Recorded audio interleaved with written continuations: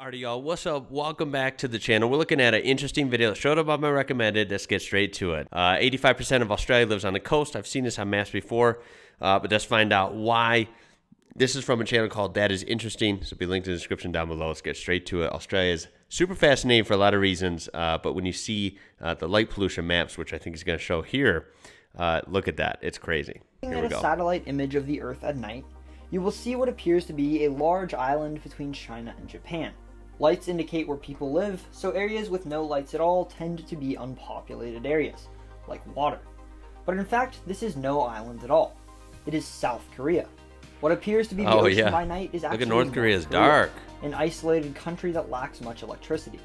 The one area where lights appear by night in the country is the capital and largest city, Pyongyang. Wow. Oh, but outside the capital, nuts. Rural areas and smaller cities go without power, making much of the country appear unpopulated, when it is really home to over 25 million people. Welcome to That Is Interesting. I'm your host, Carter. Today, the most fascinating population patterns on the planet. In Australia, 85% of the entire country, or 21 million people, lives within 50 kilometers or 31 miles of the ocean. Of 31 that 15%, miles. Or 3.7 oh my million god, that that's lives inland, wild. 430,000 of them live... Like, that is so close. 31 miles, that's what? Like a 15-minute drive, 20-minute drive, boom, you're at the coast, you're at the ocean.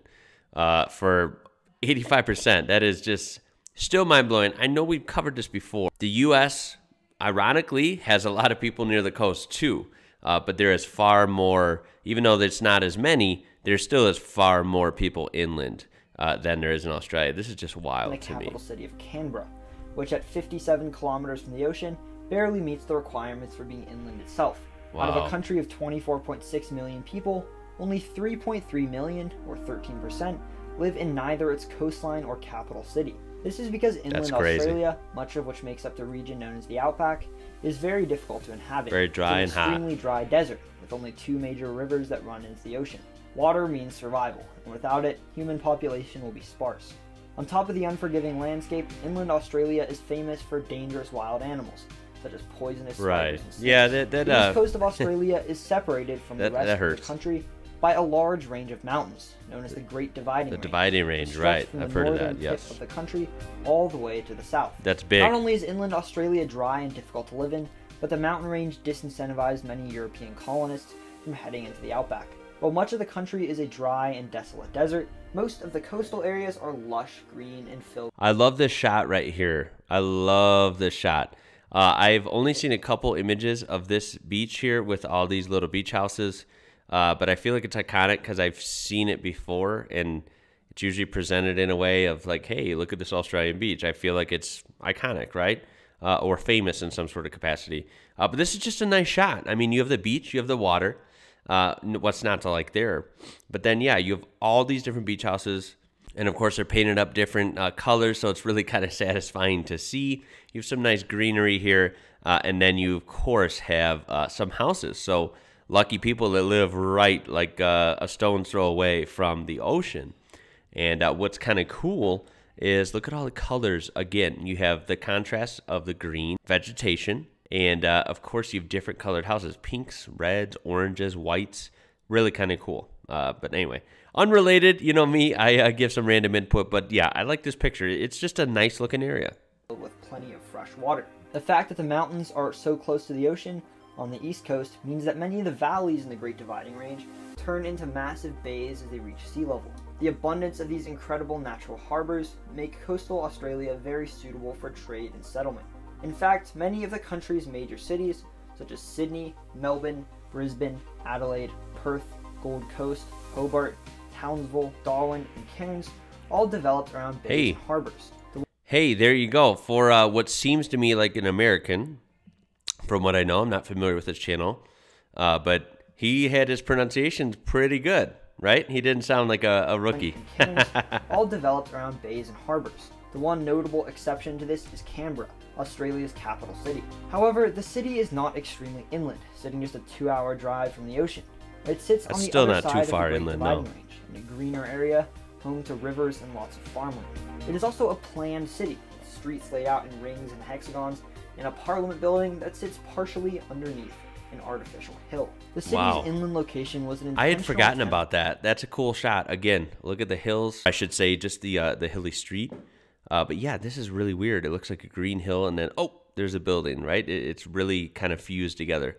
And then you, of course, have some mountains or big hills behind. It looks cool. to This is a draw cool the shot. center of the country's power away from just the coasts. Egypt's population patterns are even more stark. A satellite image of the country at night shows a flower-like string Yeah. of lights stretching from south. Way up here, and then look at all along the Nile and nowhere else. Like, where, hey, that's, is anyone living over here in Egypt? Nada. They're all along the Nile. How wild. Where they fan out before reaching the Mediterranean Sea. The rest of the country is practically dark. Just like Australia, this is due to its geography. The Nile River starts as two rivers, with one branch beginning in Ethiopia, the other in Tanzania, Uganda, and Kenya's Lake Victoria. These two rivers, the Blue and White Nile, meet in Khartoum, the capital of Sudan, where the Nile continues to flow north. When the Nile flows Wow, through Egypt, that's it is at fascinating. its widest, feeding the green, fertile, 10-mile-wide Nile Valley. The fresh water and fertile soil provided by the Nile Valley makes it a center of agriculture and That's population. pretty wild. crisscrossed with To see canals that filled with contrast between harsh desert, sandy terrain, and then, boof, it's green right around the river. And I'm talking hella green. Look at that contrast.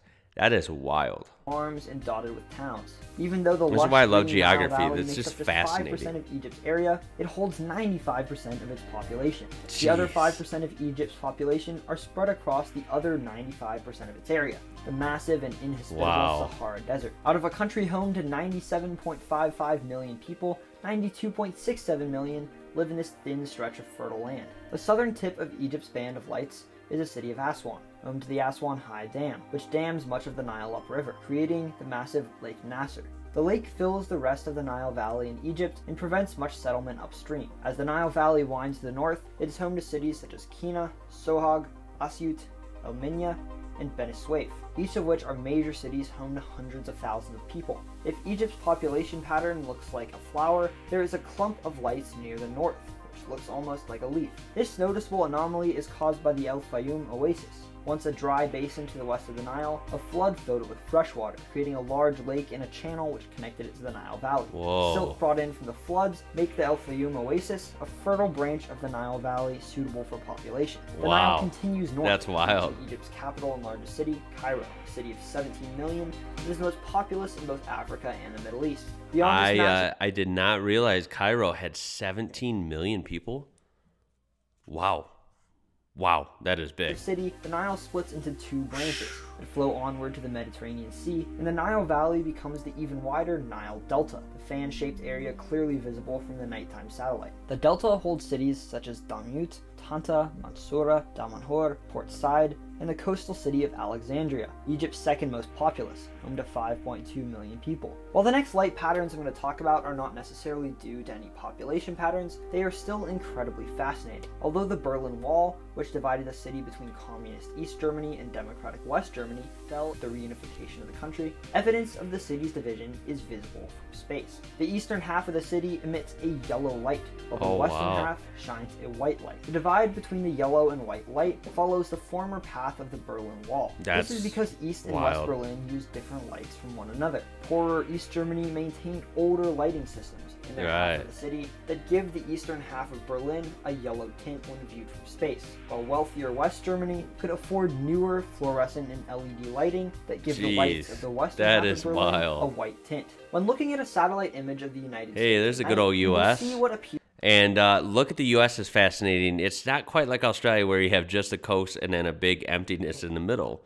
But rather, you have everybody in the east right down the center. And then the west is like desolate as hell. It's really weird. With the exception of a couple population centers, like I think this would be Denver, Colorado right here, Phoenix, Arizona, and then, of course, getting back to the coast, coastal Washington, Oregon, and California have a lot of people. But look at this interior west, which is the most beautiful part of the country, if you ask me, by a landslide. Look at how desolate it is, though, right? Not many people live here compared to over here. And you can tell when you're road tripping. You road trip out west, you start getting past Nebraska and Kansas, and once you get into Colorado, New Mexico, Arizona, Utah, any of these states over here. You come through a really small, dusty town, and then it is an hour and a half till you see another one, and then another one, and then you might hit one big city, right?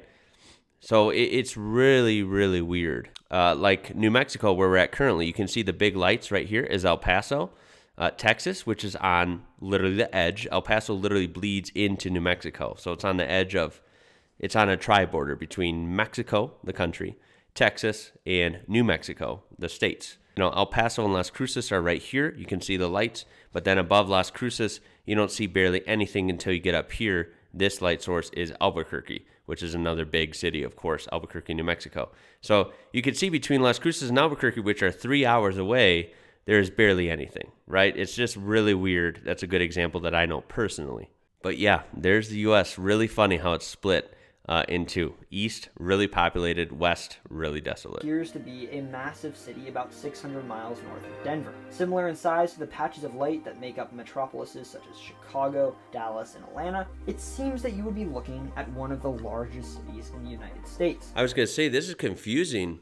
I don't know of Montana having any big cities. Montana's got a couple fun cities that have some people, but nothing big.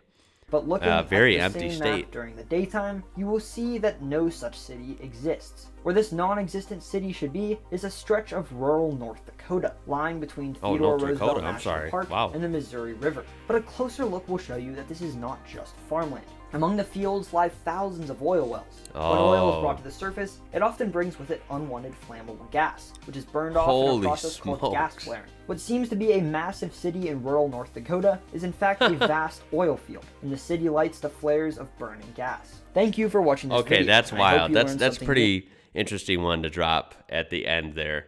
So I guess it worked. That is interesting as a channel. I thought those were interesting, so bravo. That will be linked in the description down below. I hope you found this entertaining as well. Please weigh in the comments down below about whether you agreed with this or not, and anything you would like to add. Really, really fascinating as always, especially the beginning. My favorite is the Australia one. It's just very, very bizarre. So with that being said, guys, please throw a thumbs up on this video if you did enjoy it. Indeed, help this video out, and of course subscribe. Be a part of this awesome community and great videos as well. Check out the description for this original video and other ways you can interact with my channel. My name is Ian. You're watching IWrocker. Until next time, guys. Catch you later.